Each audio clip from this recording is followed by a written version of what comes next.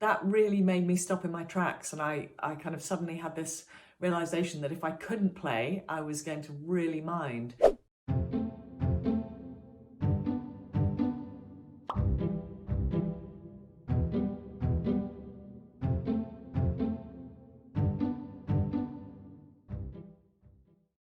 Some of my earliest memories of playing music are about playing chamber music with other people. I was really fortunate growing up in London to learn the violin with Sheila Nelson, and every weekend we had these groups of chamber music that we'd meet up and usually play string quartets, and then later on sometimes string quintets or octets.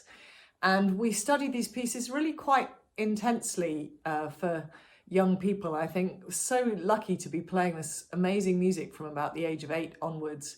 And one particular group stays in my memory at the age of 10 because we did a number of kind of London-based competitions and performances, and we played a little Haydn minuet and trio.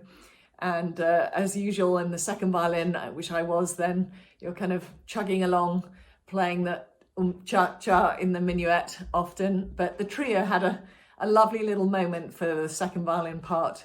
And it was a kind of a real learning experience of that kind of give and take in string quartets, and learning to listen to other parts and really figure out how music fits in different places, playing with other people. And I really enjoyed it, and this carried on all the way through my teens, and it was a real fixture in my life, this playing chamber music with the same basic group of people. I mean, some did come and go, but they were my firm friends and really carried me through that whole early period of life, and they are indeed still some really close friends.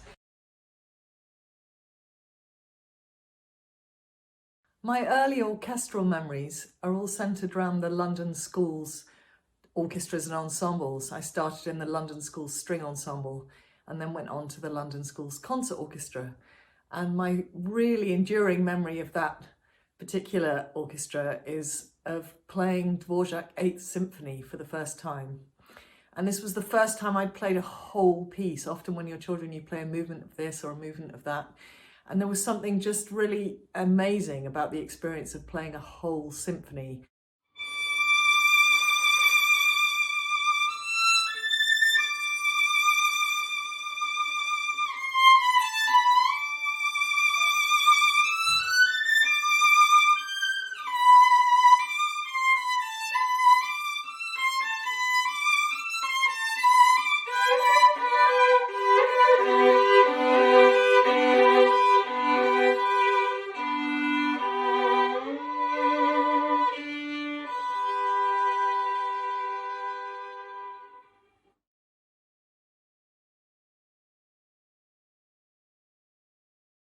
My path to being a professional musician was quite a circuitous one. I grew up in a family of musicians, and my mother always said to me, don't do music for your job unless you eat, sleep, think, dream it. And I really didn't. I loved playing chamber music, which I did every week, and I kind of quite got to like practicing by the time I was 15.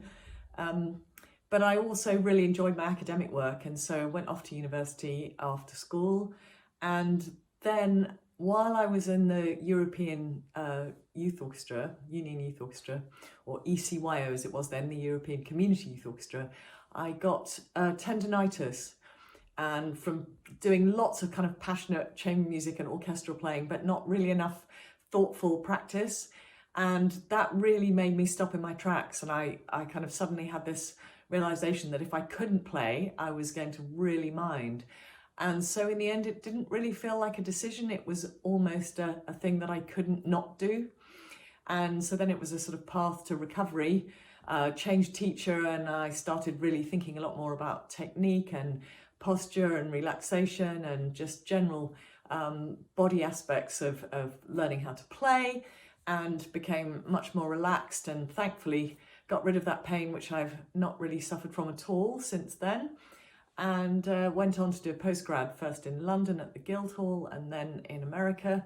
I studied with a Fulbright scholarship, and that brought me to coming back to the UK and deciding to both play professionally and teach, which I've been so fortunate now to have done for 22 years with the Royal Northern Symphonia, a job I feel so incredibly grateful and fortunate to have.